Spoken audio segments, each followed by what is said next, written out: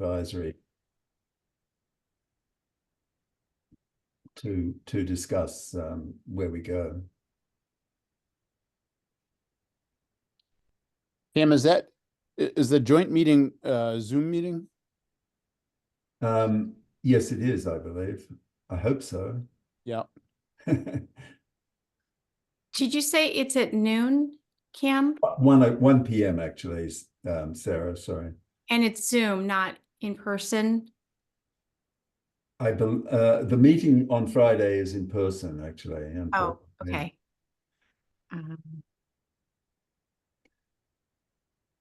Welcome, Pope. I appreciate you joining. Welcome, Kate. Thank you for having us. It's a pleasure.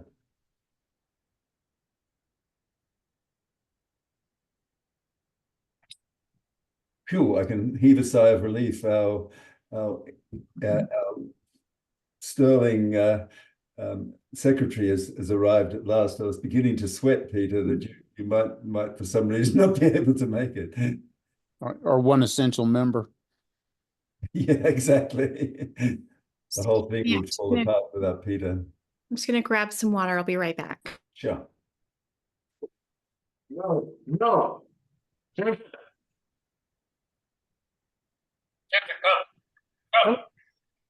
Welcome, Barry.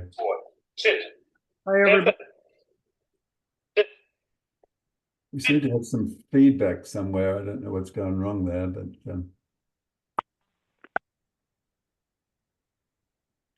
let's hope we get that under control.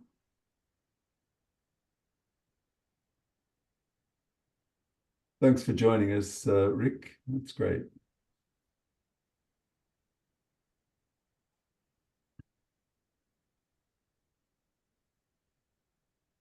I think we're just about ready to start, and we have a quorum. I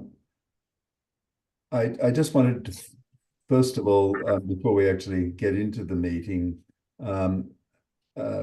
discuss the order of procedures tonight. I'm planning to invite Barry Goldman from the Capital Budget Committee to make his presentation. And then I will move on to, I think, the citizens' petitions and possibly the Conservation Commission after that. But if that's okay for everybody, if either Rick or Pope, you have really tight deadlines tonight, I would be happy to consider restructuring that. So let me know. Welcome, Steve. Now we have one person, 2701. Could you identify yourself, please? Pope Hoffman. Sorry, I couldn't hear that. Pope Hoffman. Oh, Pope. So you're appearing in two different windows here. That might be the cause of that noise echoing that we're having. I wonder if you could do me the favor of logging out and logging back in just once rather than twice. I'll try. I'm not that familiar with Zoom, but I'll try. Thank you very much. I appreciate that. And in the meantime, I think we can actually get on with the formalities of kicking the meeting off. Good evening, everyone. This public meeting of the Dover Warrant Committee is being conducted remotely in accordance with the temporary provisions of the Open Meeting Law. We are convening via video conference using the Zoom app as posted on the town's website, identifying how the public may join. Please note that this meeting is being recorded, so take caution what you show on screen, as others may be able to see it. Anything you broadcast may be captured by that recording. To open the meeting, can I get a roll call of those in attendance? Let me quickly go back to seeing people. Woody Wise. Present. Peter Smith. Jerry Chen, Present. Marty Howard, Present. Sarah Kenny, Here. Steve Migowski, Here. and it looks like we have one citizen visiting, Kate Kenny. And I should also acknowledge the presence of Rick Garon, who is going to make a citizen's petition presentation today. And I see that Pope is joining us again. He will be making the other citizen's petition. Without further ado, I think we can launch into the meeting itself. Did I get everybody present and accounted for? Then let's move on to citizens' comments. Do I hear any citizens' comments? Not hearing any. I will move on to the order of business for tonight, and I would very much appreciate it if you would take the floor, Barry, and help us and present the capital budget request for this year. Sure. Good evening, everybody. I'm Barry Goldman. I know most of you.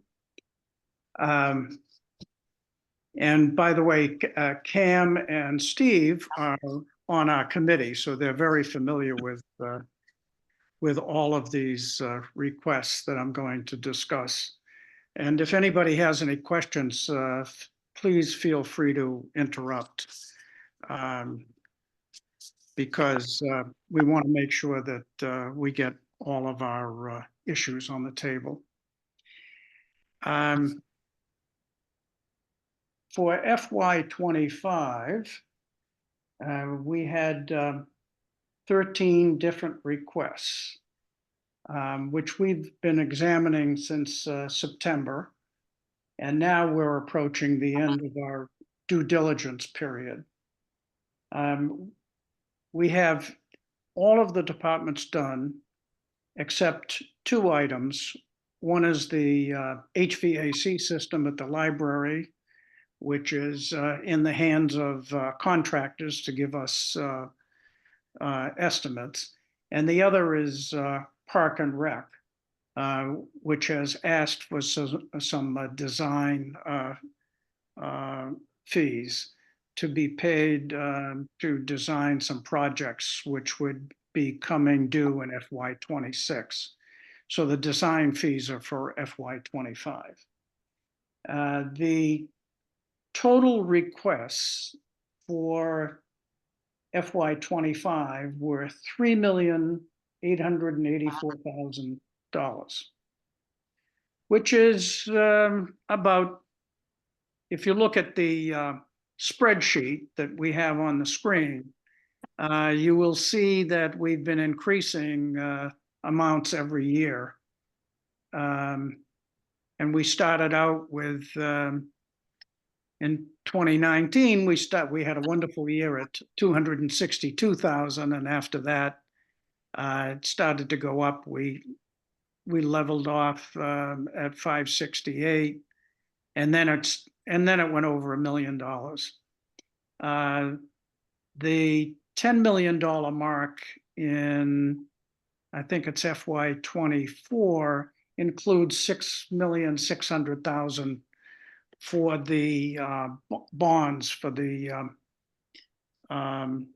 community center.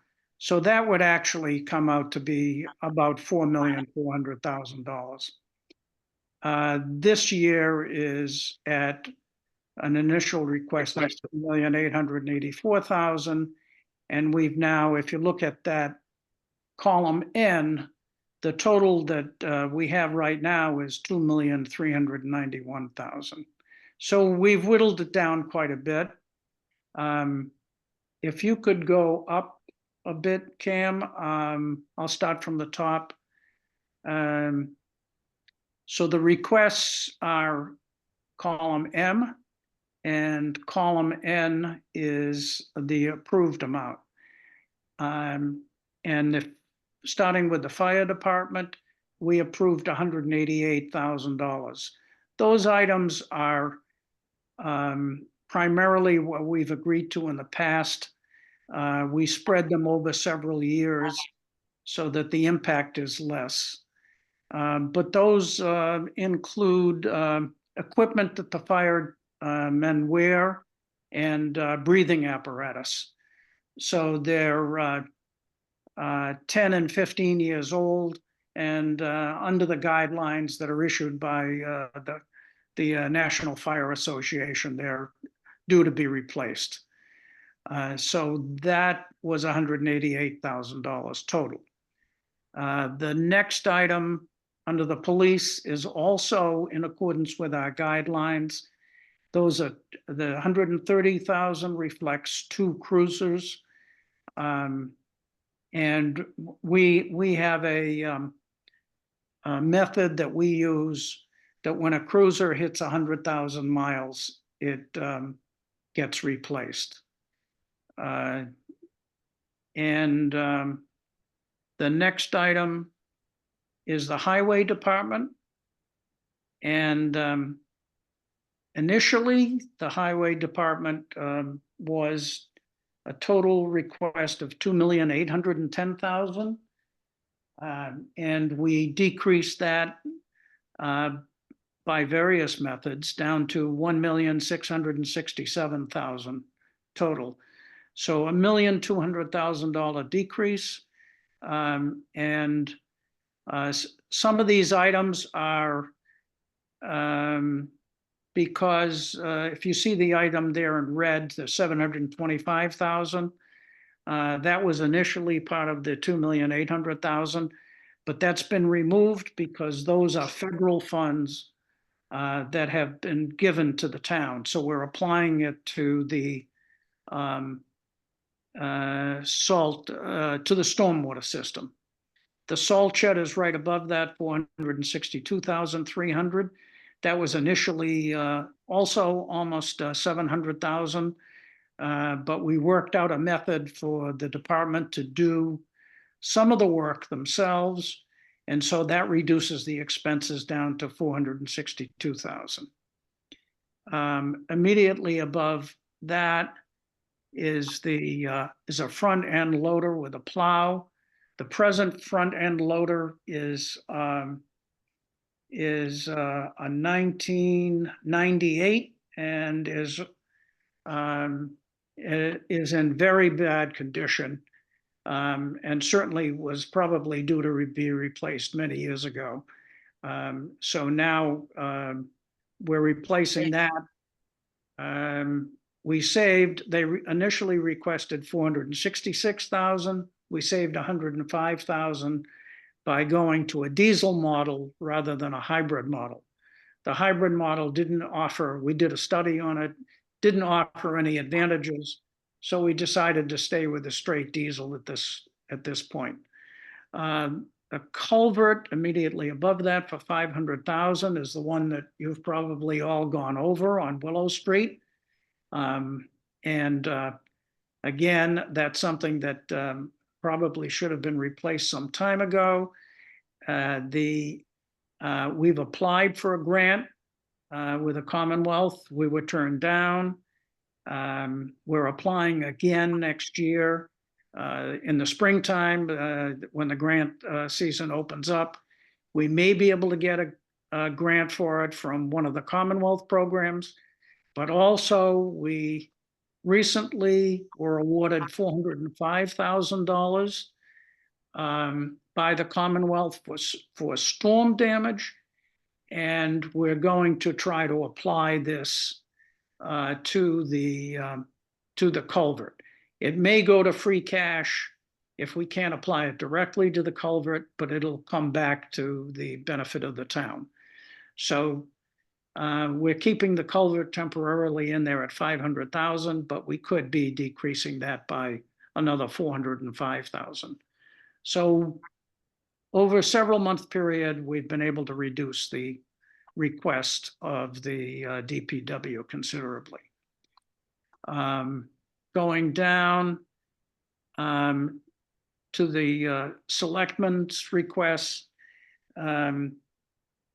We, as part of the Dover Community Center, the Board of Selectmen agreed to refurbish the Whiting Road building, and Carl Warnick, the building superintendent, will be doing that directly. It's costing considerably less than if we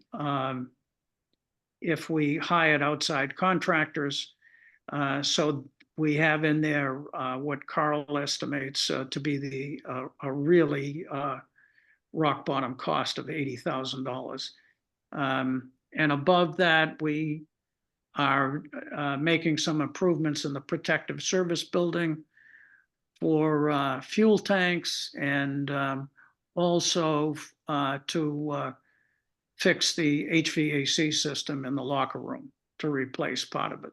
So that's another $36,000 for a total of $116,000 for the selectmen. Going down, the next item is Park and Rec. We've left in the $150,000 for their design fees. We don't know what those are going to be, but we've left that in as a placeholder. So that design fee is for both their request for pickleball courts and also to replace the playground. And we've had several meetings over it. We're working that through to see what the best sequence and the lowest prices that we can get. The schools have a program to replace their flooring for $140,000. This is a long-term program that we've been doing. You can see that we've done it in the prior 2 years. So that is, those floors are 20 to 21 years old, and they're starting to crack and come up. So it's time to replace them. They have a better product that is non-wax. So they do save a fair amount of money annually on maintenance. The next item is the regional school, and that's been taken out. The region has decided to either defer those items or not do them at all. So that's come down to zero. So our total again is, as it stands right now, that's without the library HVAC, is $2,391,000. So that's the grand total for, we expect to have that finished in the next couple of weeks. Going on to the other side of the sheet, could you go above that? Yeah, these are the projections. So these are requests for all of the departments.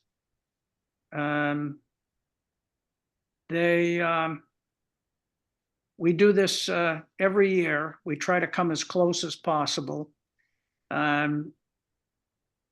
You can see the fairly big ones in the fire department is happening every other year.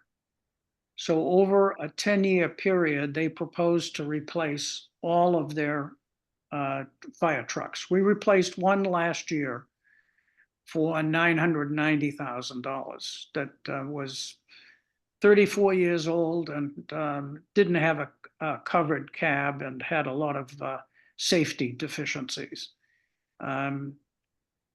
But we have put into a tentative program of replacing them over a 10-year period. And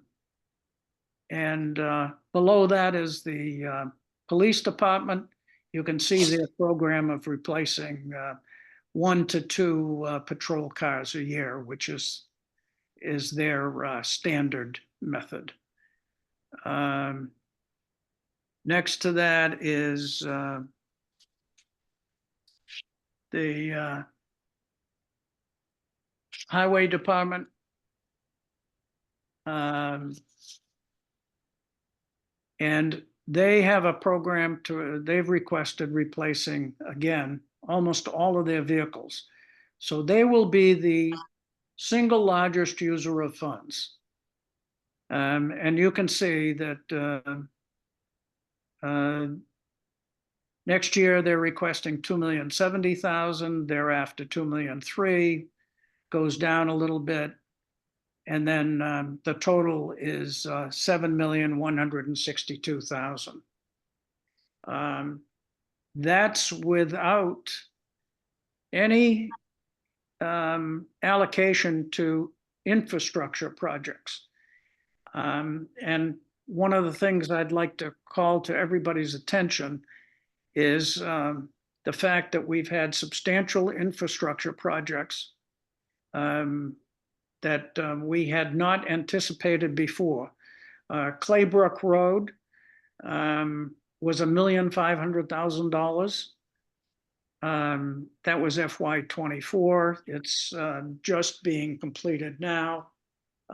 It probably cost closer to $1,700,000 or $1,800,000. We haven't received the final numbers yet. The difference between what we approved and the final numbers will be made up by ARPA funds. So federal funds will be applied to the difference. So we will have no more out of pocket on Claybrook. But right now we're doing a survey. The DPW is doing a survey on culverts. Little known to most of us is that there's 61 culverts in Dover. And the DPW is sure that some of those will have to be replaced. They won't be as expensive as Willow, we hope, but they will cost, they're not in here because nobody knows what they're going to cost, but there will be some work on those. Barry, is there any projection by the Highway Department about what kind of changes need to be done to mitigate the effects of climate change? Leominster had a 9-inch rainfall. Reading about Los Angeles, they got 10 inches in a matter of 12 hours. As Kevin is thinking about things and projecting capital over time, is there any thought given to what would be required to better prepare us for those kinds of events? Well, I think what's happening is they're looking at specific locations that they already know about. The ones probably that we worry about more are the ones that we don't know about, like along the river, the river banks, things like that. And maybe there's some areas that the culverts are feeding that will be problematical, but they haven't done an overall study on that. Now, whether we've talked about it, but they haven't made any plans. They are doing, their big project is to do over the Center Street Bridge, which is probably another item which is at risk. And that will hopefully be paid for by all outside state funds. We've been told that that's what's going to happen. But that will be a big project. It will involve working with Needham and the state, and will take about 5 years. So I think you're right that we should pay attention to this potential, especially since we're a river town and we have lots of water that is free flowing. So we should think about seriously doing some studies. And I'm sure that's going to be on the agenda coming up shortly. So does that answer your question? Yeah, that, no concrete plans, but they're at least thinking about this. Right, right. So going down further, you will see smaller expenses until we come to the schools.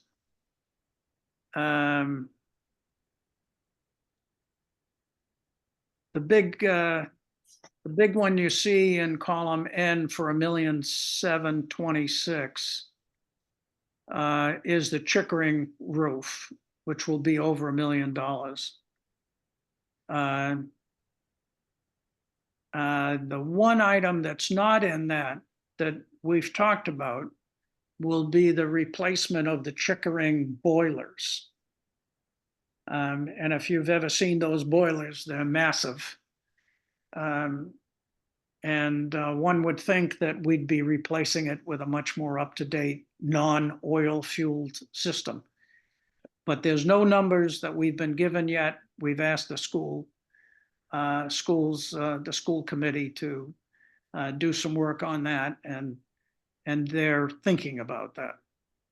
And then below that is the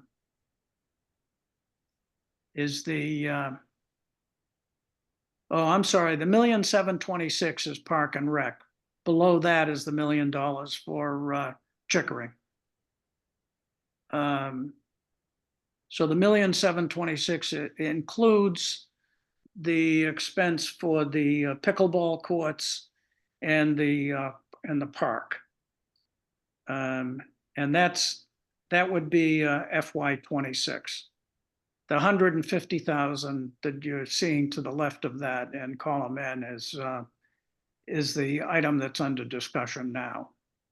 And right below that is Chickering, and that's the $1 million for the roof.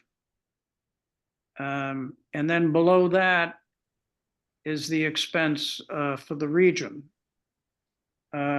Coming up for the region that year with $2,080,000 in it also includes the playing fields. So that will be on the agenda for replacement. And we're discussing that. If you recall, the playing fields were originally paid for by the Boosters Club and financed by them and given to the town. So we don't know if there's any appetite for doing that again. We've also discussed the same kind of thing with Park and Rec, maybe forming we've suggested, I don't know if they're receptive, forming a not-for-profit that would raise money for particularly for the playground. And so the schools are a total of about $5,500,000. And if you look toward column, what is it, S? The total is $19,428,000 over a 5-year period. So about, let's say with the additions that we don't have in here right now, we're probably looking at about $4 to $4.5 million a year on an average basis. Barry, there's a couple of other questions that sort of relate to this. You were talking of Park and Rec. Now, I believe they're proposing a project to build out the rail trail in Dover. Is that included in your estimates here? No, we haven't put any expenses in for that. So what they're talking about for this year, my understanding is that they would like the lease to be signed, the standard MBTA lease signed by the town, Mhm. but that they're not looking for an authorization of funds. Okay. We did talk a little bit about that. And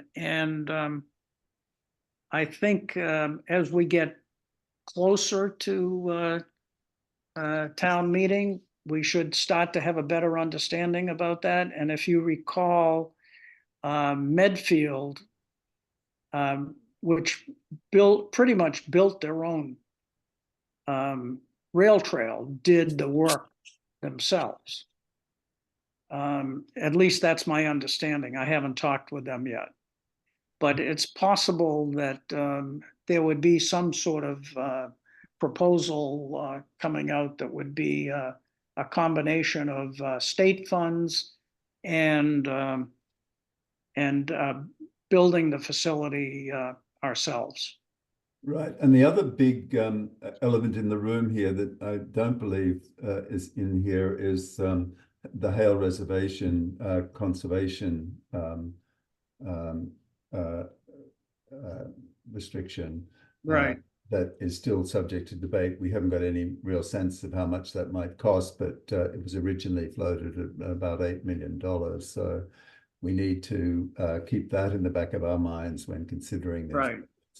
Right. There's something on the agenda tomorrow night for the BOS, which says that they're going to have an executive, oh, Robin is here, executive session. So I don't know if you want to comment on that, Robin, on the, So I Okay. do want to comment on the rail trail because I want to make sure that everybody here understands executing the lease means you have to move forward with developing the rail trail. So Park and Rec is not asking us to enter into the lease because we don't have approval of funding to build the rail trail. I believe what Park and Rec is trying to determine is whether or not there's an appetite in the town to move forward with a rail trail and getting pricing for the rail trail and updating all the information we had with the understanding that we would need to sign the MBTA lease as is. So that's what they're trying to get a sense of. Because there's a tremendous amount of work that needs to get done. We need to update the engineering studies. We need to understand the costs. We, as you mentioned, Barry, Medfield did do it all themselves. So we need to see if we could do some of this ourselves. So I think there are many unanswered questions that the answers are just not going to be available at town meeting. So, we have talked to Park and Rec about making sure that they articulate exactly what they're looking to happen at town meeting. So my understanding, my conversations with them is they will be asking for some amount of funding so that they can update at a minimum the engineering reports. And they will take that approval as the town being comfortable to move forward with the MBTA lease. yeah, when we met with them about, what was it, Kim, about 2 weeks ago? About that, 2 or 3, yeah. Yeah. They seem to be focused on the lease, but that's good that they've realized that. Well, I don't know. I mean, you execute the lease, you're on the hook. Yeah. What they Sure. want to understand is what does the lease look like and what are the obligations of the town under the lease? But there's a whole lot of work that needs to get done to present this to town meeting, and they need to refine exactly what they're asking for in this warrant article. So Yeah. have they requested a warrant? There is a warrant already. There's a placeholder on the warrant. But you know, as I said in the BOS meeting 2 weeks ago, you know, we need to understand exactly what they're asking for, and they need to understand you know, that the town cannot enter into an obligation without having funding. So we, you know, all we can get at town meeting, if because we don't have all our ducks in a row, I mean, we don't have the costs. So all we can really get at town meeting is approval to move forward with some amount of money so that we can update the material that we have already. Well, if they are requesting funds, then that could be deemed a capital expenditure. So, But they have a special warrant article. They need to determine what they want. I mean, you know, they need to be able to articulate what they're asking for. Right. And I don't- I have not seen that yet. Right. Robin, just on the other subject, do you have any, or can you make any comment about where we are with Hale? So where we are with Hale is Westwood and Hale have parted ways. They came to an impasse. So what's left is just the town of Dover and Hale. And that required that we redo the conservation restriction, because the conservation restriction was assuming there were 2 towns. So in executive session, we will review the revised conservation restriction. You know, the hope is to have a conservation restriction that both the town and Hale agree to the terms, and then that conservation restriction will be made available to the public as well as to the planning board, open space, and Concom. I think there's a desire to try and have the special town meeting in the spring, but given that it's February and we haven't finalized conservation restriction, you know, I'm just not sure we have time for that. Thank you for that, Robin. Are there any other questions on the capital budget from members of the Warrant Committee?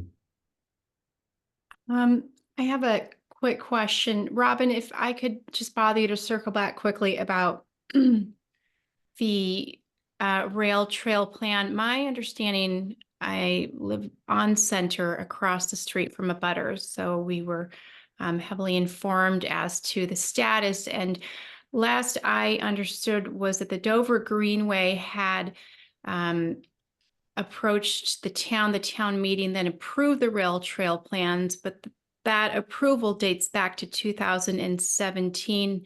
In the meantime, they were seeking the lease with the MBTA. The Friends then were said to work with the town to convert the rail bed. Those negotiations were thwarted by that continued discussion of the lease, which then were further thwarted by the COVID-19 pandemic. Would the plan that you allude to involve rewording, or would there be a new plan or a new approval involved to get to that step to where then there would be dialogue appropriate for a lease?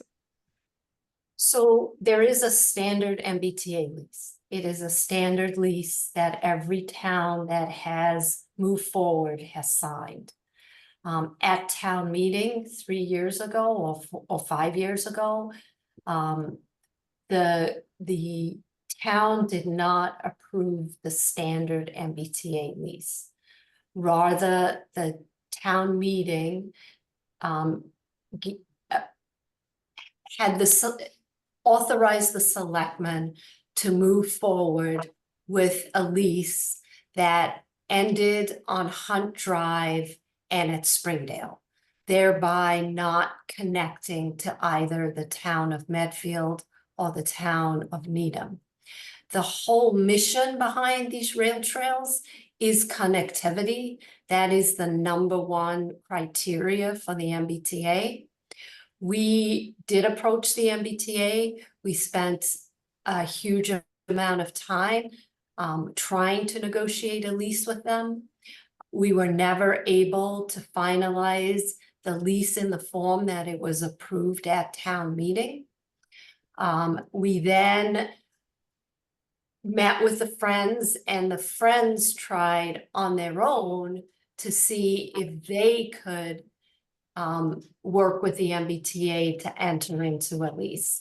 And those efforts failed as well, because the MBTA would like to enter into these leases with municipalities and not with nonprofit organizations that are dedicated to, one specific town.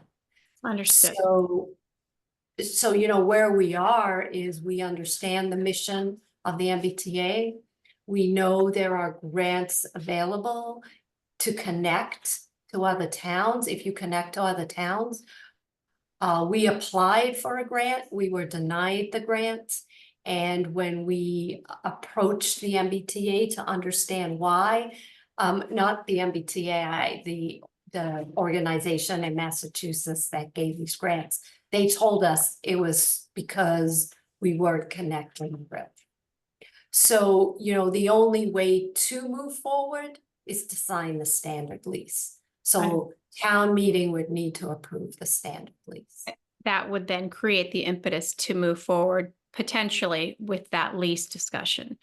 Right, so town meeting would need to approve or authorize the selectmen to enter into the standard MBTA lease. Understood. Thank you so much. Appreciate that detailed clarification. Do we have any other questions?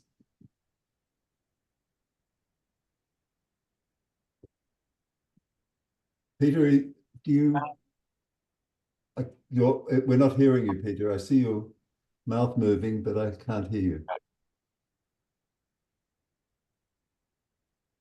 Still can't hear you.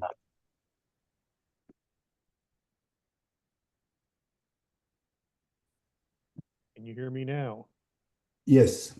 Okay, microphone jack may not have been in all the way.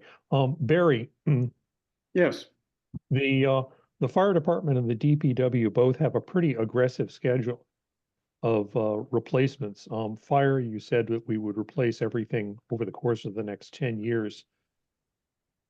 Would there be some possibility of trying to match the lifespan of the vehicles to the period over which we're going to replace them, so that we don't have another gap and then another cascade? It seems like maybe it might be worth stretching this out a little bit, or I'm sure you guys have looked into it. Well, it's kind of interesting. In the case of the DPW, most of those vehicles are very old. The ones that we're replacing now are 45 years old.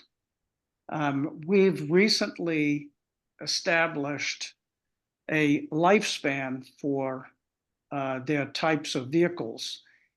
And the heavy vehicles typically, and we've checked with several other towns, they typically have a lifespan of 15 to 20 years. So the DPW vehicles are way over the standard lifespan. We look actually, Cam and I went there one day, and we actually looked at one of the trucks that was due to be replaced last year. And as an alternative, we suggested this was the roll-on, roll-off truck that's used at the town dump. And we suggested that they try to put it off. But they did show us some examinations that showed that this truck was a hazard on the road. So the other alternative that was also suggested by us was to use an outside service to haul the containers to the Wheelabrator facility. So that one we were able to solve. That would have been a $250,000 expenditure. The rest of the trucks are typically used for maintenance, plowing, construction. And you can't use an outside party for them. So depending on if we can nurse those trucks for a few extra years, they will try, but we don't have any commitments from them at all. They feel that the trucks are way overdue. So I think it's pretty difficult in the case of the DPW. In the case of the fire department, perhaps through some work with them, that we could suggest that they slow down their replacement process. We haven't raised that this year because they have a gap this year. They're not requesting a truck. But before they request next year's truck, which is for probably over $1 million, since most of the trucks are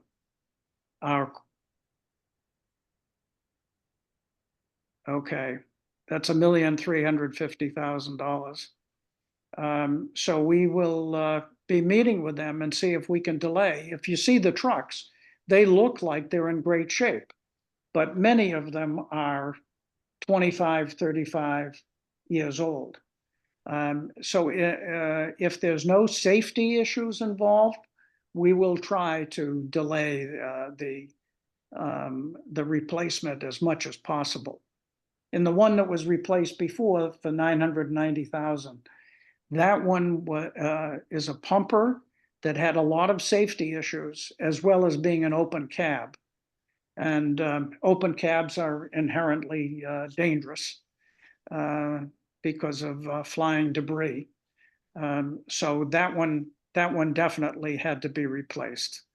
But hopefully some of the others that are closed cabs that are very well taken care of, I would say that we have a reasonable possibility of delaying them. So we will be requesting that as much as possible. Great, thank you. Any other questions? Let me also say that one of the areas that we've been working on, I mean, these are all the uses of funds. We've been working on the sources as well. And external sources, we've been very successful in getting funds from external sources. Green Communities, we have a pending grant of $500,000 for the HVAC system for the community center. We've received another $300,000 from Green Communities over the last 4 or 5 years. So we've received about $750,000 to $800,000. We've also received a number of design grants through the DPW. DPW is applying for grants all the time now for almost everything that they have to do. For infrastructure, we will be pursuing grants where possible. The state doesn't have any, but federally, there's a possibility of grants for fire and safety apparatus. So in every case, we are looking for and working with the departments to encourage outside grants. So reducing some of these numbers with external sources is uppermost in our mind. And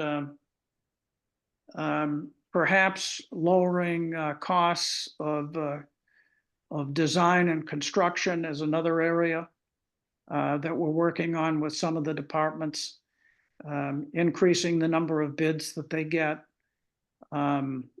talking about public-private partnerships so that perhaps we can reduce private construction, as you may know, is much less expensive, 30 to 40% less expensive than public because of fair wage laws. So we're working with the departments on those kinds of issues to see if we can reduce the costs. So any other areas that anybody has any questions on? Sounds like you've exhausted us all, Barry, so thank you. Well, I've exhausted myself, that's for sure. Thank you very much for attending and for that thorough presentation. Really appreciate it. Thank you, everybody. We'll move on to the next order of business, but I would welcome you to stay if you so desire, Barry, but you're also welcome to leave. I'll stay for a minute or two. Okay, thank you. So now moving on, I'm not sure, do we have a representative from the Conservation Committee attending or not? Commission, sorry. So it seems like not. Then let's move on directly to citizens' petitions. And may I thank both Rick and Paul for their patience in listening to that long discussion. Through just toss of a coin, I suggest perhaps you start, Rick. Sure. Do you want me to bring the presentation up on the screen? That would be great. Or alternatively, Woody could do that for you if you so desire. Oh, yeah, if you want to pull that up, what I sent you. Mm-hmm. Could you do that, Woody? Yeah, it'll take me a minute. But in the meantime, you might start introducing yourself and the proposal that you have. Sure. Last year, at the beginning of the school year, there were 3 families that approached Precious Beginnings Preschool about how their preschoolers don't have access to the DITA program, and asked us about, would you consider expanding your hours to be able to support those families that don't have coverage in the afternoons for those ages. And we thought about it and decided, sure, we could do that. And at the time they said, could you find a way to get them to the preschool? And I said, well, technically I can't because there's no sidewalk. And then I started to talk to other people besides people who were interested in coming to the preschool. There were other people who attend the Catholic Church, and then people talking about access to the community center. And then before I knew it, people were asking me, why don't you consider, putting something together to get a sidewalk to connect to Chickering. And I started trying to pull it all together at the last minute to get it all together. It was pretty challenging, but I managed to get everything I thought that people had concerns about. So we can go ahead and start with the presentation. So obviously this is to see if the town will vote to raise an appropriate or transfer from available funds some money to construct a sidewalk on Cross Street from the intersection of Cross Street and Center Street to Chickering Elementary School.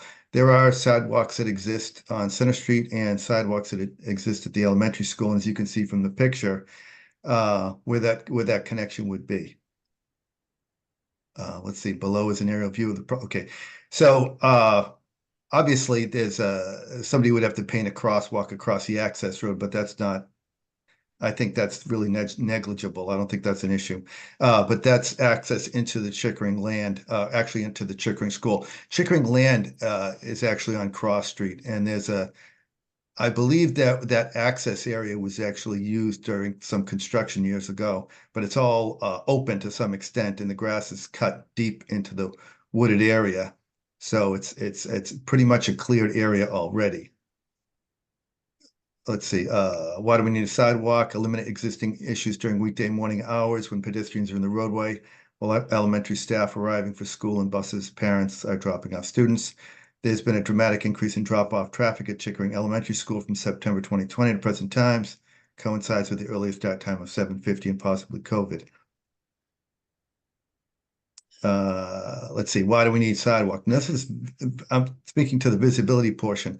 The existing walkway between Dedham Ave and Chickering Elementary has limited visibility between paved police patrolled areas. As you can see, the red circles represent a distance of about 280 yards. Under normal patrolling, you're at the top of a hill, but you can't see all the way down through Chickering Fields. So if there was ever some kind of, I don't know, medical emergency or something happening on this walkway between Chickering Elementary and Dedham Ave, that's not something that's easily spotted from regular police patrols. Whereas there's total visibility from Cross Street, and also once you drive into the paved area of Chickering, that would allow a line of sight for the entire walkway sidewalk that doesn't exist today, going through the Dedham Ave access through Chickering Fields. Why do we need a sidewalk? Provide safe walking to and from the center of town or anything in between for Chickering Elementary students. Center Street pedestrians will have safe walking access to Chickering Fields, Carroll Park, tennis courts, etc. Overall, improve safety for elementary students, pedestrians, residents, and drivers on Cross Street. There are a number of us who drop kids off or pick people up. I'm one of them. And I've noticed I've seen more walkers from the elementary school walking on Cross Street. And occasionally I'll see somebody holding a cell phone first thing in the morning. And as we're trying to come around the corner to drop the kids off, they're in the roadway walking, talking on the phone. And it really, trying to get two cars through there waiting to pass, it is a safety issue. Let's see, design should look like existing sidewalks in Dover. And so this is actually looking from Center Street down Cross Street. And as you can see, there's at least 3 feet, probably more, between that existing fence and that pole. But the only way I could show it is if I actually put a tape measure on it. But let's see. But I'll keep going with the slides here. The town owns 40 feet width of Cross Street. The existing paved surface is 24 feet, leaving 8 feet on either side of the paved surface, give or take, based on survey data. Again, in some areas, the pavement to pavement is 23 feet, but just the same, the town owns a 40-foot lane of Cross Street. So I don't know how much it lines up on either side of the road. I mean, if it's directly right down the middle, that means there's 8 feet of town land on both sides of the road. If it's not, maybe it's 6 feet or 10 feet. I don't really know. The hope is to have a sidewalk that is minimally invasive on flora and fauna. Records for existing sidewalks in town indicate that sidewalk easements of up to 20 feet were recorded on deeds for private residences. These sidewalks were minimally invasive and flowed with the existing topography of the land they traverse. So Dover already has sidewalks in town that have recorded easements for sidewalks up to 20 feet on town land. I'm sorry, 20 feet on private resident land. And I did some research on that. And here's more pictures of the area now, as you can see the debris and stuff on the walkway. And then we could keep going. This is further down, and then we can keep going. If you go a little further, we can actually see, if you go one more slide, you can actually see the entrance into Chickering. You can see how that lane is paved, or that area is paved. So you could put in a paved surface walkway to enter into Chickering land. At this point on the slide on the right, the picture on the right, you're actually at Chickering land. And here's an example on Center Street where the Dover way of putting in paved walkways is around a tree. So this is unusual. If you notice the same thing on Walpole Street, it goes up and around, and it's just done not to be impactful on existing trees and natural landscape. So we can go on to the next one. So what I did was I superimposed basically what a sidewalk might look like. Again, I'm not a graphic artist in any way, shape, or form, but I was trying to give people a kind of an image or an idea as to where a sidewalk would go. I know in the past somebody brought up that trees would have to be cut down and things like that, but there's a number of reasons why you don't want to cut down trees. Obviously, part of it is that Cross Street's been a scenic road since 1910. So again, this is to be minimally invasive to avoid impacting the existing landscape. We can get, so this is Center Street, and then going down further, and as you can see, there's an oak tree and there's a mailbox. So the sidewalk could actually, again, the Dover way we've paved before would go around a tree instead of mowing it down and trying to get it straight. And as you can see, the walkway continues. If anything, a sign might need to be moved, but maybe not. Again, this is going around a utility pole. The goal is not to have, be waiting on, utility crews to come in and try to move poles. Again, the goal is to just provide a safe lane into Chickering and, to cross to Center Street. And then you can see it on entering Chickering property. Again, I foot paced it about 700 feet. And this is a cost proposal. This is information I got. Let's see, LAL Engineering Group from Millis gave us a quote of 14.7. And I was, I guess other municipalities use a website to get information from the Massachusetts Department of Transportation. So I looked up various things. Let's see, weighted bid median cost puts a sidewalk asphalt of $265 per ton, which is, you'd actually have to go on the website to see what I was referencing, but just Dover's in District 6. And so I used that information to come up with ideas as to what those costs would be for municipalities. And then I got two rough bids, one from Bellingham and one from Framingham. I know somebody at the town meeting brought up something about costs, possible funding, U.S. Department of Transportation Safe Routes to School program, Massachusetts Department of Transportation Shared Streets and Spaces program. I mean, I actually got a private quote from somebody. They gave me a quote of $5,000. And I said, well, this isn't for a private residence to put in an 800-foot walkway around, it's a municipality. So obviously $5,000, you just don't come in on a weekend with a skid steer and dump down some crushed stone and put in a paved walkway.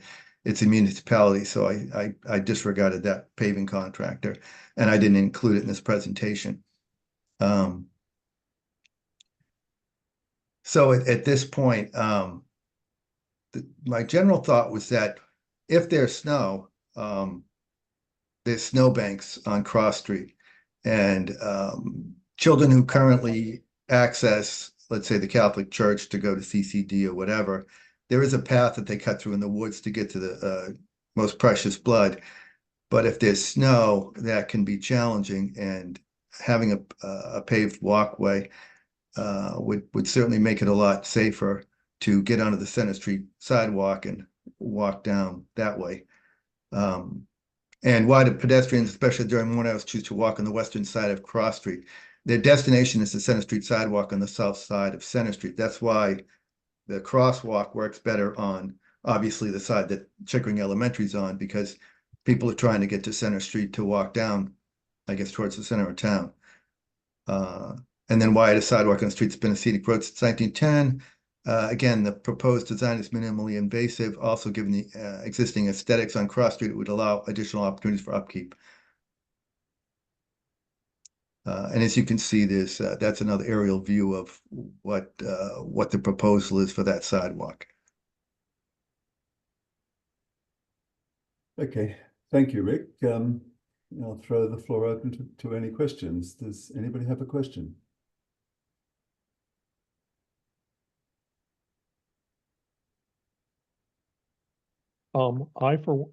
Question, Rick, have you talked to Kevin McCabe the DPW director to find out. I have, yeah, I actually talked to Kevin quite extensively, and he pointed me to a couple of people who had involvement with the Center Street sidewalk years ago. So I talked to a couple of people who were around for that, and he's the one that clued me into a couple of things. One was where possible funding could come from, and he also, I had kind of a frank conversation with Bob and the highway department, who said that when they originally built the Center Street sidewalk, there was some talk about, finishing the play and going up to Chickering. But at the time, given that it was a scenic road, nobody had kind of crossed those Ts or dotted those Is, so they stopped it there. But Kevin did direct me to all the things I needed to go to get this information. So getting the quote from the engineering firm was helpful. Him pointing me to the Mass Department of Transportation website and helping me research the actual funding part of it helped as well. So Kevin's is knowledgeable about. I've had a couple of sit downs with him on this. Okay, good. Have you talked to the neighbors? Yeah, yes. Well, I talked to the neighbors at the meetings we had, and I know that people who are direct abutters aren't in favor of it. And I'm sorry for that. And I think that some of the concerns were based on costs and also on impact in regards to, cutting down trees and, foot traffic in front of their driveway and things like that. And I certainly respect that. But I know we've been down this road before where we've had direct abutters for certain areas. Obviously, you talked about the Greenway today. But, at some point you have to say to yourself, overall, how does it benefit the community? And the goal isn't to cause problems for the abutters that actually live there today. It's really to help facilitate safety for the children. I can honestly say that one of the questions that came up was is this because we're trying to get enrollment at the preschool? And the answer to that question is absolutely not. We don't make any money from what little we could possibly get from enrollment for an afternoon program. Ours was just to try to meet the needs of some of the families who don't have access to the DETA program. But again, seeing this sidewalk and driving it, I've only been driving Cross Street since my grandson attends Chickering, is in 4th grade. And it certainly makes sense to me as someone who drives a truck around that corner in the mornings to see people in the roadway on a cell phone not paying attention is kind of a surprise. I mean, actually, thank God the speed limit's 20, so everybody's already focused on being slow on that roadway. But again, it's difficult in the morning, and even at times of at pickup or when we're departing. Like today, we had a half day at Chickering Elementary, and there's certainly a lot more cars doing pickup in the afternoon, and that if there's somebody there are children actually walking in the street. I don't know if other people have seen them, but I certainly see children leaving Chickering, walking down to the Center Street sidewalk, and I would guess that once the Carroll Center is built, the programs that are going to be available, whether it's Park and Rec or whatever, having that another opportunity to walk on a roadway that's has line of sight by patrolled vehicles would be safer than walking down through Chickering Fields to the Dedham Ave sidewalk. Thank you. So, I mean, people have said they're interested in it. Last year, I presented this, but for whatever reason, my PowerPoint wasn't made available during the meeting. So trying to speak to questions that people would have, and it being at the end of the night, I can't tell you how disappointed I was not having my PowerPoint presentation, because I sent a PowerPoint presentation to the town, and I felt almost like it was sabotage, but I know it wasn't, but I know it was a mistake. But not having my PowerPoint available to town residents last year really hindered my ability to get across my point. But, you know, I've had a year to look at everything and answer questions for people. And I can quite honestly tell you that many of the families that I've talked to at the elementary school said that they're surprised that the community doesn't have a sidewalk to Center Street when it's so close. I mean, they know that there's a walkway that exists at Dedham Ave, but if you're not going to Chickering Fields, it would be easier just to simply walk down Cross Street to get to Center Street. I mean, it's the distance between the center of town going through Chickering Fields, and if there was a sidewalk to Cross Street would to Center Street would be on average would be the same distance roughly if you're going to the Carroll Center. Rick, can I just ask? So I know you partially answered the question that I was going to start to ask, which is, I know this proposal was submitted last year and it did not pass, and so the first part of the question was, is there anything different in your proposal? And I guess maybe I know for one, I only speak for myself when I say this, was more concerned with just, I felt like there's a lot of questions in my head about like how this would work and how much it would cost and any legal implications with the butters, et cetera, and didn't really feel like we had clarity on any of that at the time we had to make a decision. And so, We did not. and I Yes, guess, Steve. and I still feel a little bit like that. And so I guess maybe have you felt like you considered starting smaller and just maybe a smaller amount of money to sort of help solve those issues, as opposed to going big and feeling like there's a lot of uncertainty? Well, that was, you know, that was the issue last year. And as a matter of fact, somebody raised the fact that, you know, I guess given the experience that we had with the rail trail, people threatening to sue, that kind of thing kind of scared some people. But I think this year people who are familiar with finances and what it costs to do this type of work. The thing is we don't have Craig Hughes around anymore. And when Craig was here in town, he would make things happen. I mean, the town pretty much handled this. The last time they did a sidewalk project down Center Street was handled by the town. But this time around, it's not like that, where we have to put a bid out. And last year, a mistake on my part was that I thought it would be nice to have a crosswalk, and that was probably a confusing point for people. I wanted a crosswalk from one side of Center Street to the other side of Center Street. But again, I'm not an engineer in regards to you know, sidewalks and that kind of thing.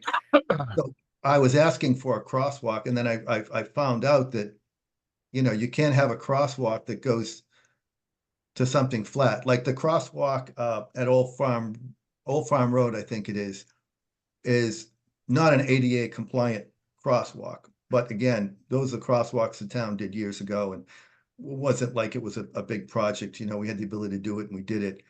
It goes to a rock and then up a street. So you can't have a crosswalk that terminate. It has to terminate at both ADA compliant sidewalks, basically with ramps and things like that. So I don't want a crosswalk. I'm not interested in any of that.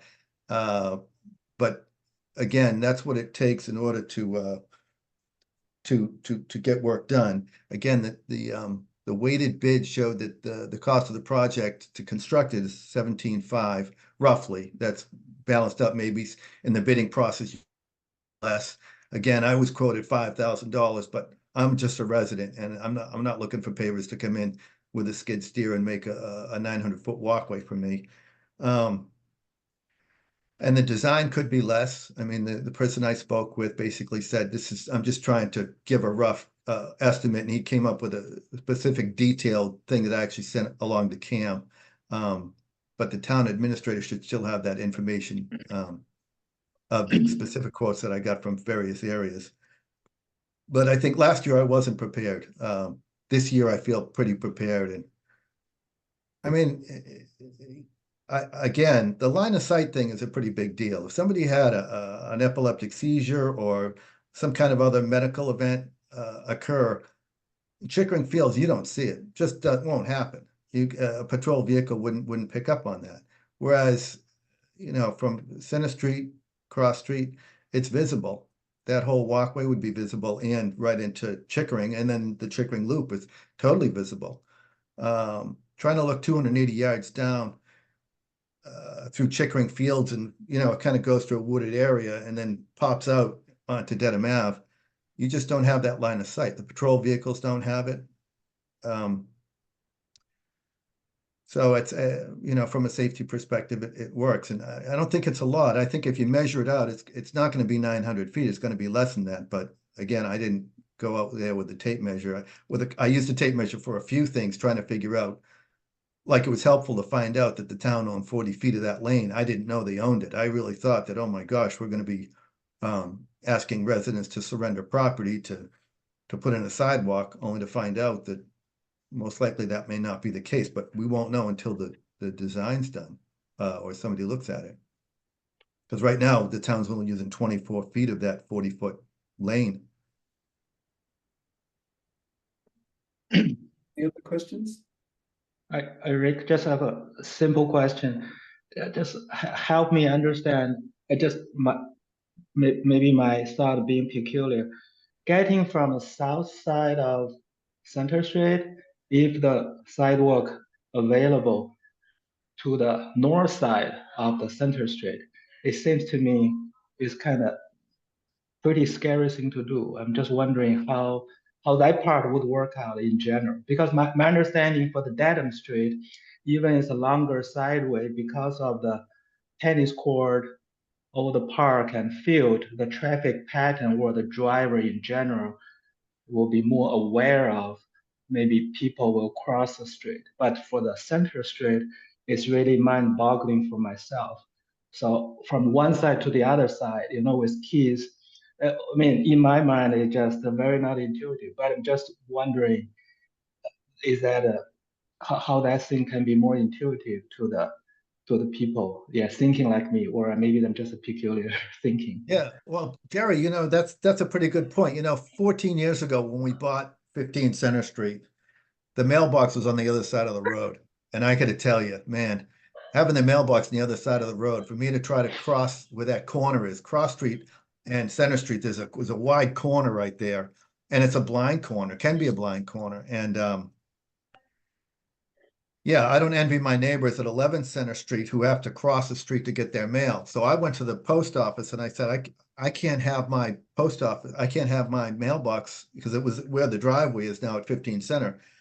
So it was on the other side of Cross Street, away from where the Center Street sidewalk stops, where basically 2 Cross Street mailbox was. Our mailbox wasn't far from that location, but again, I had to cross that street, traffic coming from Needham, you know, down the little hill from the railroad bridge, and also traffic coming around that corner from the center of Dover.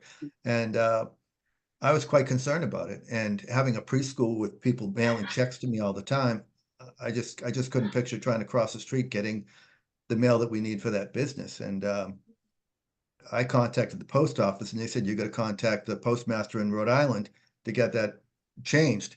I said, okay, let's do it. And I did. I had the mailbox moved and I mailed it to the end of the property. And I put a gate where the fence is so I could have the mailbox on our property. And it all worked out, but I had to jump through hoops then.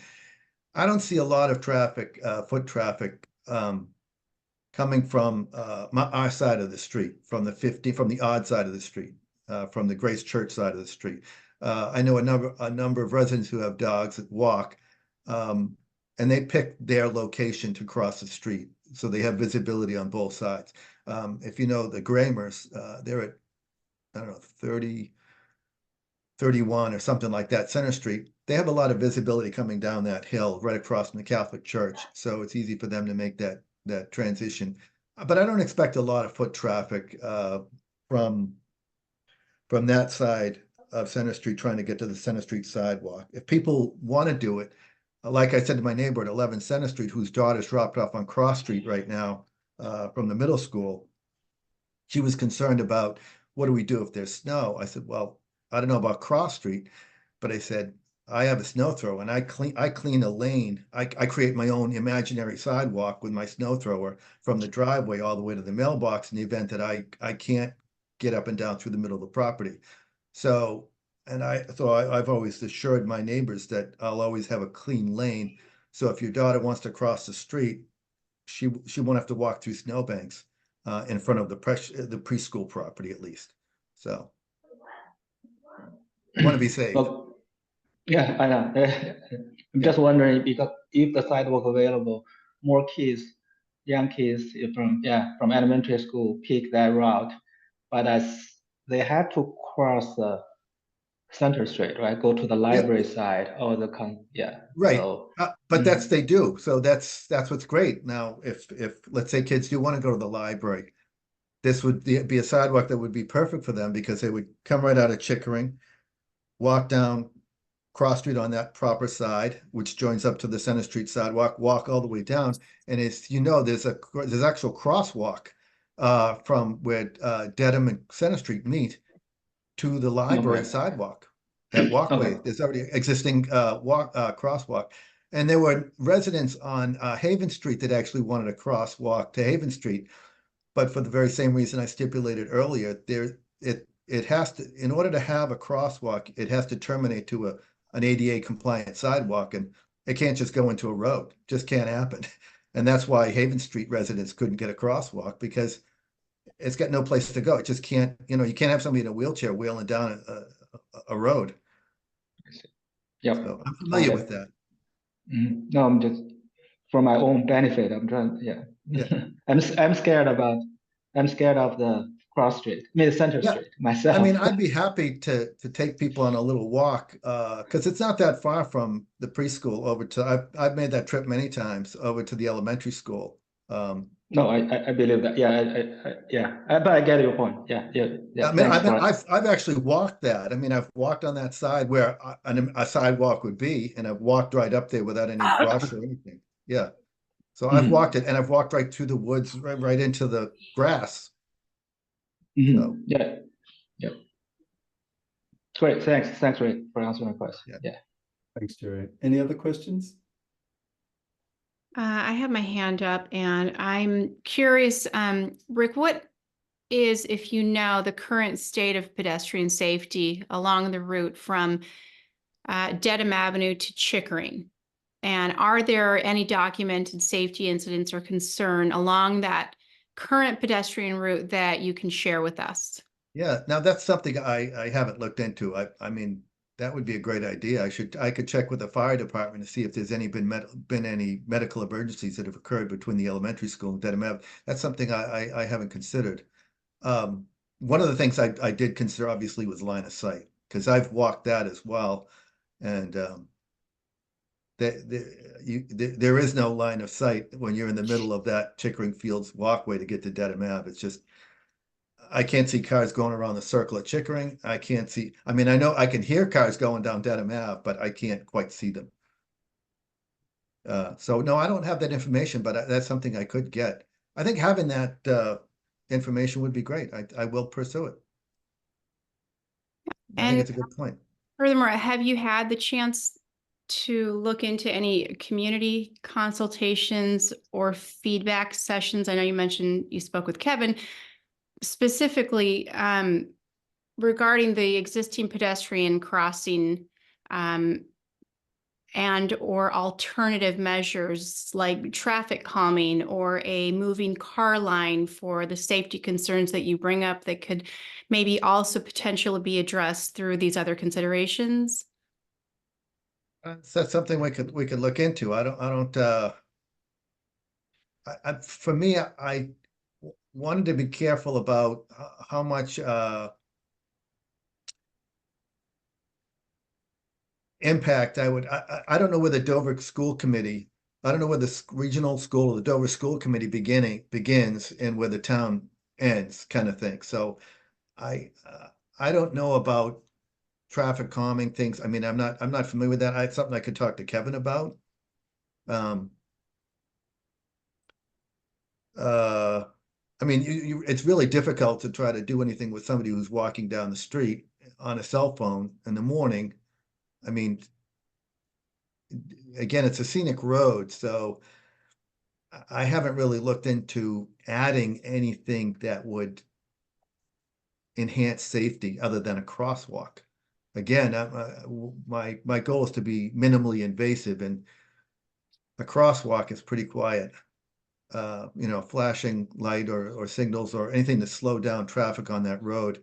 I mean, obviously the police sometimes sit on that corner where the entrance to Chickering is, to make sure people aren't going too fast. But again, I don't have the safety data as far as if there's been any medical emergencies or accidents in regards to, pedestrians being hurt. Okay, I mean, I think there's a need, and I mean, most of the people I've talked to about it said that, why does it end at Center Street? Why doesn't it just, why don't just take it to the elementary school? And I'm just trying to take care of that now. okay, thank you. Rick. Yeah. Any other questions? So just to make sure I'm clear, is your proposal to seek funds for design to further answer questions about or are you just seeking to get the whole thing done? Well, I'm actually thinking to get the whole thing done. I mean, when I talked to Bob had, I don't know if you know him, but he basically said that, if the sidewalk was already there, and sometimes when we drive the machine down to clear the walkway, it would be easy enough to make that turn to go the 3-foot machine or 3.5-foot machine that goes down and clears the sidewalk. It would just be easy to turn into Chickering and then finish what they got to do there for their walkways, or whatever. They could complete the loop to, instead of driving all the way down Dedham Ave, turn around and have to go back again the same route. I mean, he was just talking to me off the cuff about that kind of stuff. And I don't know, I guess when I think of snow, that's what I think of, as I think of, gee, it'd be great to have a place to walk so nobody's in the street. And depending on how high snowbanks get, sometimes the lanes get, narrower. With a crosswalk and a machine that already goes down and clears that area, that wouldn't be a problem. Now, for the last 2 years, we really haven't had to deal with that. We haven't seen the snows that we saw in 2011, 2010, 2011, 2011, 2012. We saw over 100 inches of snow both those years. I know because those were our first 2 years in business, and we had to clean our walkways, and that was a lot of snow. But we haven't had the snows that would benefit, a sidewalk would really benefit on those occasions. But again, there's one less child, one less person walking a dog in the street on Cross Street if that walkway is available. Okay, and if there aren't any more questions, then I'll move on to Pope Hoffman's proposals. So Pope, you now have the table, and thank you very much. Mind if I leave the meeting? Absolutely. Yeah, I've got to get to the call at 8:30. Thank you very much. I do appreciate it. And if anybody has any questions, feel free to email them along. Cam, you've got my email. Okay. Yeah. Thank you very much. Thank you. Bye-bye. Bye.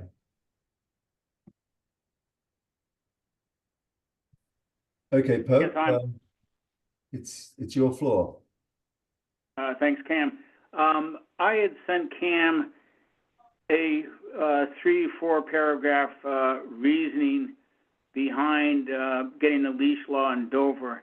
Obviously, Cam has read it. I don't know if any of the other It's been members made available to all the members, Pope, so I'm assuming that they would have taken a look at it.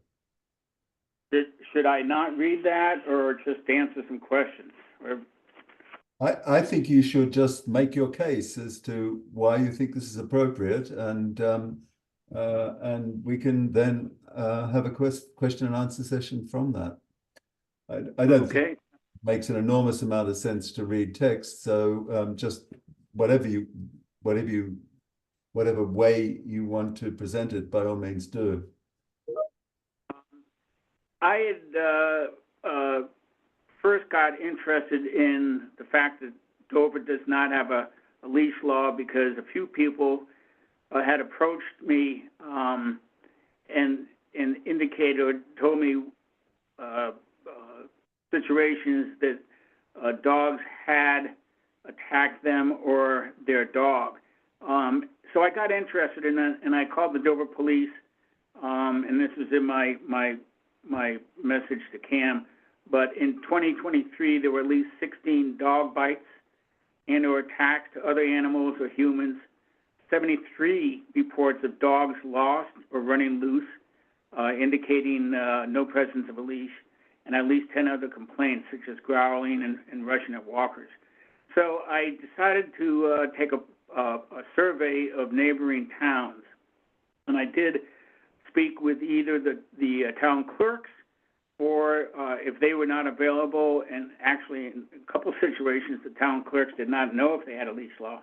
So I went to the town websites and found that 17 of the neighboring towns had leash laws.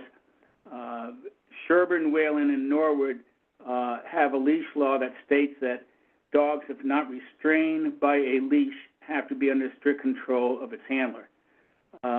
So it got me thinking, why doesn't Dover have a leash law? And when I spoke with people, some were for it, some were against it. On the signatures that I gathered that have all been approved, it was probably 50-50 of the people that had dogs or did not have dogs.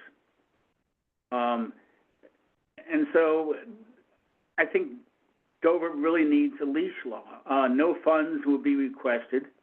I'm just surprised that Dover doesn't have a leash law. I personally don't have a dog. We're a cat household, who an inside cat, but that doesn't apply anyway.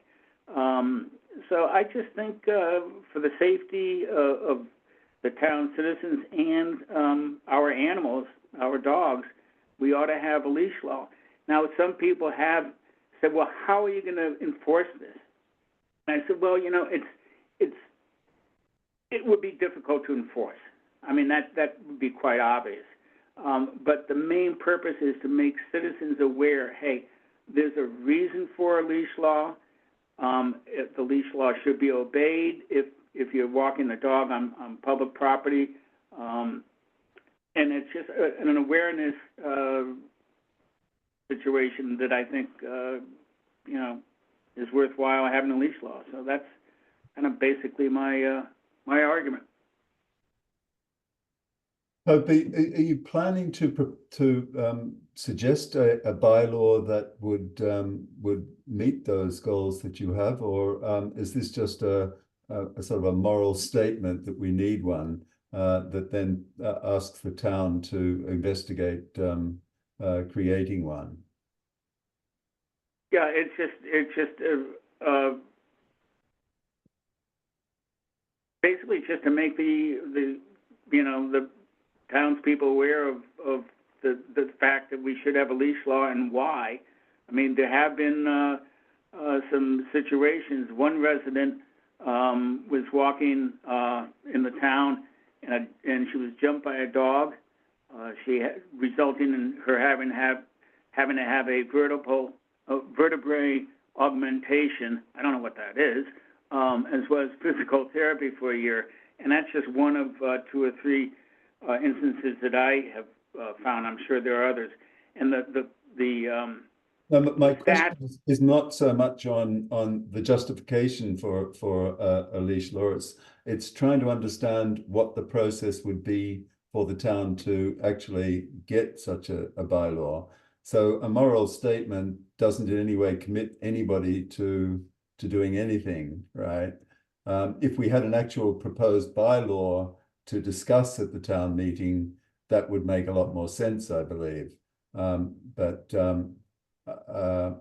just wondering, Robin, perhaps you could elaborate. Is it appropriate just to have a petition that encourages the town to consider a leash law, or how do we actually present that to a town meeting? It's a good point, Cam. I was really kind of excited to be attending your meeting today, just to hear about the leash law and what was going to be presented, because all I saw prior to that was the Warrant article. I guess I had assumed there was going to be a bylaw that would be presented to the town, because I think that is going to be the question well, what is it gonna look like? How is it gonna be enforced? So, I mean, maybe it's worthwhile spending some time with Pope just to kind of work through. It was interesting to hear what he was trying to do and understand the rationale, but let's Pope, if that would work for you, maybe we could just try and figure out or help you determine what would be the best way to present this at town meeting. Yeah. Yeah, I did send the verbiage to the town hall, and they passed it by the town legal counsel, who kind of reworded some, and that bylaw, or the proposal for the bylaw, was on top of the signature sheets that I had people sign. So you actually have a proposal for a bylaw, is that correct? Oh, yes. Yes, absolutely. Okay. My Okay. proposal was half a page long because I'm new to this process, and then Mike said, well, this has got to be refined a little bit. So the town council has refined it. It's a 3 or 4 line bylaw, and that was on top of every of the sheets that I gathered signatures. Could you possibly forward that proposed bylaw to us so we could look at it, Pope? Yeah, I can't do it right now because No, I I'm don't expect it right now, but I'll forward it on to the committee as for review. So send it to you, Cam. Yeah, I can do that tomorrow morning. Thank you so much. And the other thing I should point out is that we've sort of reworked our processes for ensuring that citizens' petitions get appropriately prepared for the town meeting. And as part of that, the Warrant Committee will be appointing a liaison with you to sort of facilitate that process. So we will be making that appointment fairly soon, and we'll let you know who that person is, so that you will have somebody you can interact with on a regular basis if necessary. Yeah, you had mentioned that in an email to me, so that's fine. Excellent. Okay, are there any other questions for Pope?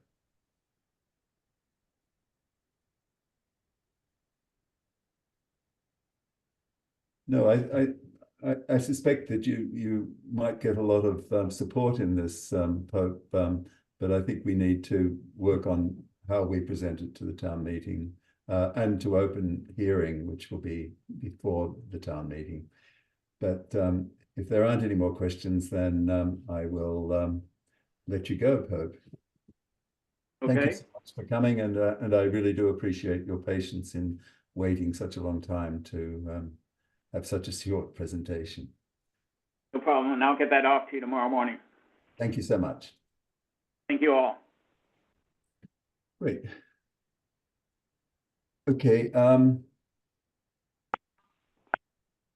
think we're more or less at the point of that very question of discussing who would be prepared to be a liaison for both the sidewalk proposal, well, or either the sidewalk proposal and or the leash proposal. Do I have any volunteers to act as that liaison? I'd be fine doing the leash proposal. Thank you. I appreciate that, Woody. I think Steve's smile is so big that I think he should do the sidewalk. Well, I was thinking, Steve is the lawyer here. If we're coming up with bylaws, it might be good for him to do the leash one. Do I have any volunteers for the crosswalk liaison? Go on, Steve, be a devil. Sure. Thank you so much. You did it last year, didn't you? I think Gordon did it last year. Yeah, okay. Well, thank you very much. I appreciate that. And I'll give both of you the contact information for Pope and for Rick, so that you'll be able to contact them if you deem it appropriate. Okay, is there any other business we need to discuss tonight? So Cam, I've been thinking that we're only 5 weeks away from the open hearing. Mhm. And I actually have a meeting tomorrow with Mike Blanchard and Carl, because I asked them to pull together a comprehensive budget presentation. Mhm. And I was thinking maybe what may be worthwhile is maybe if I could work with somebody from the committee, from your committee, just to make sure that we have a comprehensive and aligned presentation of the budget. So I think it would be really worthwhile to spend time on that, and I think it's important for you as a committee to make that presentation at the open hearing.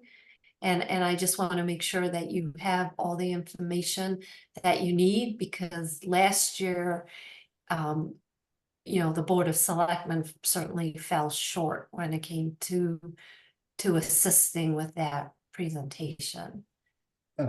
Thank you very much for that suggestion, Robin, and I agree most heartedly with it. I would be only too happy that we do some coordination. Okay. Does anybody feel strongly about taking on that role? If not, I'm quite happy to do it, Robin. I mean, that would be great, or I or was thinking of also Melissa, if she has Melissa time. would be interested as well, if she had some time. She's clearly very tight on time at the moment. But yes, I'll have a chat with Melissa, but either way, I'll let you know. Okay. And this meeting you're having tomorrow, would it make sense for somebody from the Warrant Committee to attend that? I have some comment. Let me meet with them first and then let them know, and then I can send it along. What I was trying to do is make a very simple presentation, and what I wanted to try and be able to present. I think your job as a Warrant Committee is very difficult, given that we're not giving you what the total budget is. And I don't know how you can approve parts when you don't know what the whole is.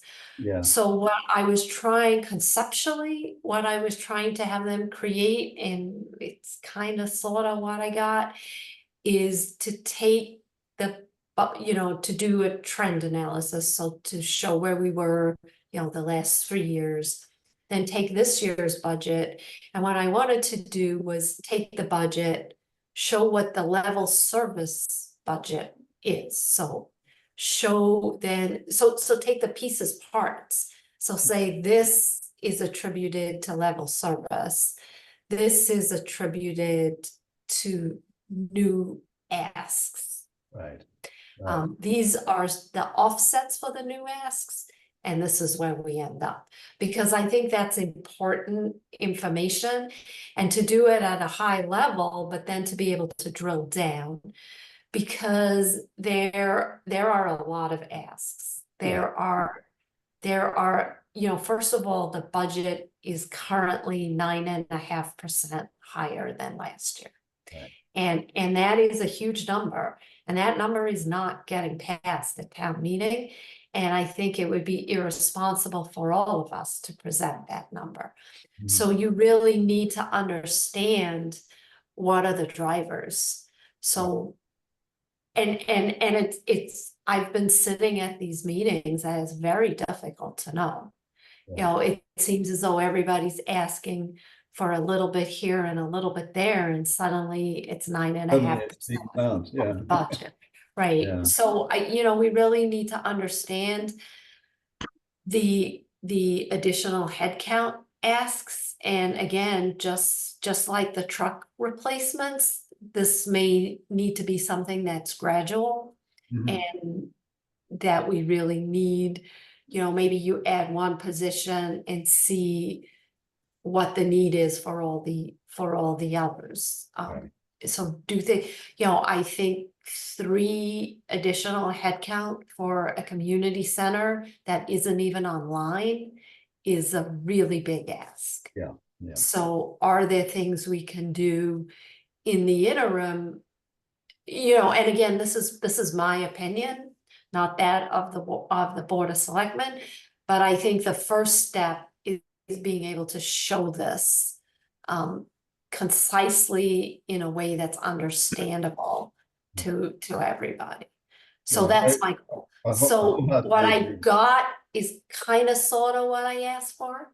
Mhm. So I want to talk to them a little about it because it took 3 weeks to get this, and then just tell me who the liaison is, and I would really appreciate somebody else to work with, and I would really appreciate other ideas. I mean, this is just my idea, and maybe there are better ways. I mean, Peter, you did a lot of these, maybe Yeah, I was thinking there are Peter is better a ways, potential because candidate to participate in this as well. Right, because the one thing they put together, like a graphic, that the same sort of graphic that Peter used to put together, and the schools now are only 55% of the total budget. Mhm. So that's quite telling. Yeah, right. It is rather. Mm. And then I look at this $20 million in capital, it can't be done. I mean, we just don't have the tax base Mhm. to sustain all of this for now. So I hear you on that one. Okay, let's work on a process to get to open hearing with a decent presentation to try and bring all these issues out and make it clear what our constraints are. yeah, I keep thinking the one thing Bob was painful at times, but he was very helpful at keeping it simple. I mean, he had this uncanny ability of being able to cut through the too much information that I was trying to provide. So hopefully somebody out there will be able to fill these footsteps, and that's what I was thinking. Well, channeling Bob, how do you keep this simple and show what we need to show, not just even to the town departments, because I mean, when you look at this budget, I don't know how people can still move forward making these requests. I mean, it's just too much, and in my opinion, in 1 year. Mm. With things like hail still being unanswered, and I think that these are all relevant concerns. They are indeed. Couldn't agree more. Okay, then let's do that. Peter, would you be prepared to participate in some of this as well? Sure. Thank you. So maybe we'll get a small working group together. Yeah, I mean, I think that would be really, really helpful. Great. Thank you for that input, Robin. Okay, the only other item that I have in front of me is the minutes from last week. So I'm hoping that Sarah will exercise her diligence as she did last week and find at least one point that where we can modify Peter's proposal. Thank you, Mr. Chairman. 1 + 3 teensy ones for a total of 4, and then I'll be done here. Fantastic. Starting with, I'm sorry, I don't have the line. I just wrote down as I was skimming through it. Sergeant Wilcox should be Sergeant, not Sergeant as in the actor that played Oh, in yes. Bewitched. Dick Sargent. So that should be changed for consistency. Wilcox does not have two L's, single for Sergeant Wilcox. And then am I misunderstanding the line FY 2025? Where throughout the document, it is consistently written as FY space 2025 throughout the document for clarity. And it's just a teeny tiny thing. And that's more of a question than a change it or else. So you're asking for a space between FY and the Well, digit? you have it just consistently throughout your entire document, FY 25, no 2025, no space. And, or I guess that's the only one that I caught. I think that's just the style issue. I don't think you can do it either way, right? Yeah. And then one just small question, the abbreviation Messers. That's something I'm rather proud of, knowing that that's the I plural of no, Mr. I wanted to say, I like it. Multiple misters. Because Mr. is, you know, boring and ordinary. And I I think grew up in a world where letters were frequently addressed to people as Messer, John Smith or something. Yeah, it's funny. and then just one more, this may be a question, maybe I'm reading it wrong. Under data processing salaries, should that be clarified to explain the change from FY 2024 appropriation to 0 in the FY 2025 budget request? Well, it is going to 0 Okay, because the new project manager will be assuming that role. okay. Asked and answered. That's all I have. Thank you. Thank you, Excellent. Sarah. Much appreciated. Any other suggestions for the minutes? Hearing none, do I hear a proposal to accept the minutes with Sarah's modifications? I move that the minutes of January 31 as amended be approved. Thank you, Sarah. You're a second. Okay, can I hear get a vote on that, or do we? Yes, I'll do a vote. Peter? Aye. Woody? Aye. Marty? I think I need to abstain. I wasn't here last week. Thank you. Sarah? Aye. And Jerry? Aye. Steve? Aye. Okay, unanimously accepted. Any other business that we need to address tonight? No, hearing none. Do I hear a motion to adjourn? You do. Thank you. A seconder? Second. I think we can approve by acclamation, Oda. I think everybody's in favor. Is there any objections? Steve, you okay with it? Sorry, yes. Okay, thanks everyone, and have a pleasant evening, and we'll be talking again shortly. Oh, hold on. We didn't agree on the liaisons. Oh, yes, we did. Woody's doing the, yeah, right, we're fine with that. Yeah, you appointed them. I just had I apologize. Thanks, everyone. Good night.